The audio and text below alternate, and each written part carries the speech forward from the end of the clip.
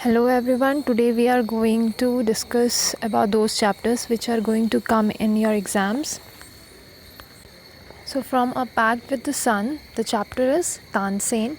So Tansen was the greatest musician of our country. He was the only child of a singer named Mukundan Mishra. They lived in Behat near Gwalior.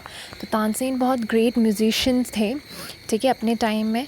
और उनके जो father का नाम था वो मुकुंदन मिश्रा था। वो छोटे में बहुत ज़्यादा नॉटी थे, क्योंकि एक दिन क्या हुआ कि वो स्वामी हरिदास और उनके जो डिसाइपल्स थे, शिष्य थे, वो एक फॉरेस्ट से गुज़र रहे थे। तो तानसेन एक पेड़ के पीछे छिप के उन्होंने टाइगर की आवाज़ निकाली, जिसकी वजह से क्या है सब लोग डर गए, फ्राइटेंड हो गए और इधर उधर भागने लग गए। लेकिन तभी उसमें से एक डिसाइपल ने तानसेन को देख लिया। लेकिन जब स्वामी हरिदास जी के सामने उसे लेके आए तो स्वामी हरिदास जी उनके जो एक तरीके से किस तरीके से वो एनिमल्स की नकल उतारते थे, ठीक है, और वो समझ चुके थे कि ये बहुत टैलेंटेड हैं। तो उसके बाद उन्होंने तानसेन ने 11 साल तक स्वामी हरिदास जी के साथ रह के अपना गाना सीखा। आफ्टर जब वो उनके फ़ादर की डेथ हो गई थी तो उनके फ़ादर की लास्ट विश थी कि वो ग्वालियर जाए और वहाँ पे वो रहे मोहम्मद गौस के साथ, ठीक है। और वहाँ पे उन्होंने दैट इज़ हुसैनी से मैरिज किया और हुसैनी भी क्या बन गई, स्वामी हरिदास जी की डिसाइपल बन गई। और कभी कभी वहाँ पे तानसेन अकबर के रॉयल कोर्ट में जाते थे और वहाँ पे उनके सामने गाते थे और अकबर बहुत मानते थे तानसेन को। लेकिन कुछ कर्टियर्स मंत्री बहुत ज़्यादा जेलसी फ़ील करते थे और उनमें से एक थे शौकत मियान। तो उन्होंने उसको मारने के लिए, तानसेन को मारने के लिए एक प्लॉट रचा। उन्होंने अकबर को बोला कि तानसेन इतना अच्छा गायक नहीं है क्योंकि वो रागा दीपक नहीं गा सकता, अगर गा सकता है तभी हम मानेंगे कि वो बहुत अच्छा सिंगर है। और अकबर इस चैलेंज को मान जाता है और तानसेन को बोलता है कि तुम रागा दीपक सबके सामने गाओगे। लेकिन तानसेन को पता है कि अगर वो रागा दीपक गाएगा तो उसका पावर इतना ज़्यादा होता है उस सॉन्ग का कि जो आसपास के लोग हैं या आसपास इवन कि दीपक जो होता है वो जल जाता है अपने आप, ठीक है, और जो सिंगर है उसकी डेथ हो जाती है, इतना गर्म हो जाता है वातावरण, ठीक है।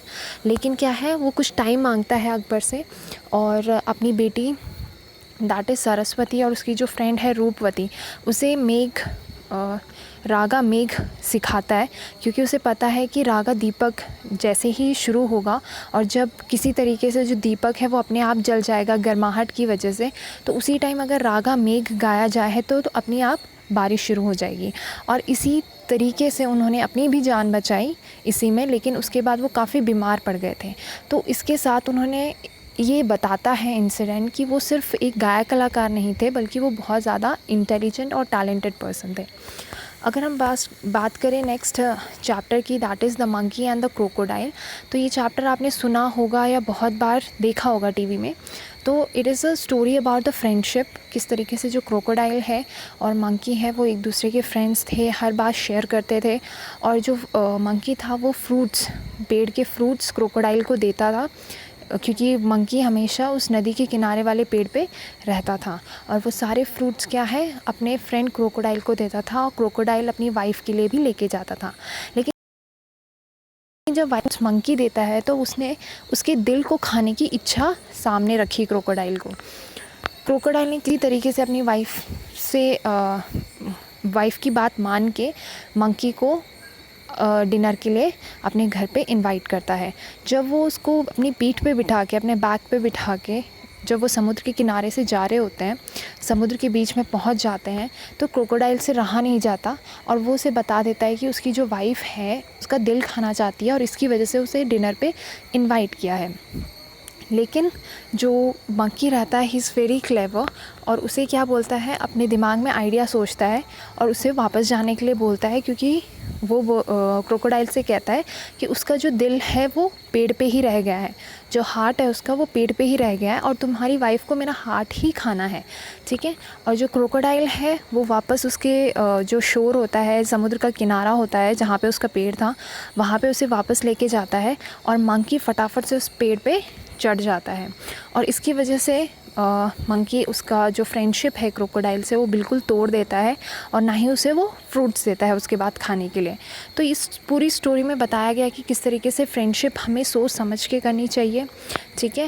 And as well as friendship में आप बिट्रेयल्स भी देखते हो, मतलब धोखा, फ्रॉड, ये सारी चीज़ें फ्रेंडशिप में देखने को मिलती हैं, ठीक है, अगर आप बिना सोचे समझे फ्रेंडशिप करते हैं।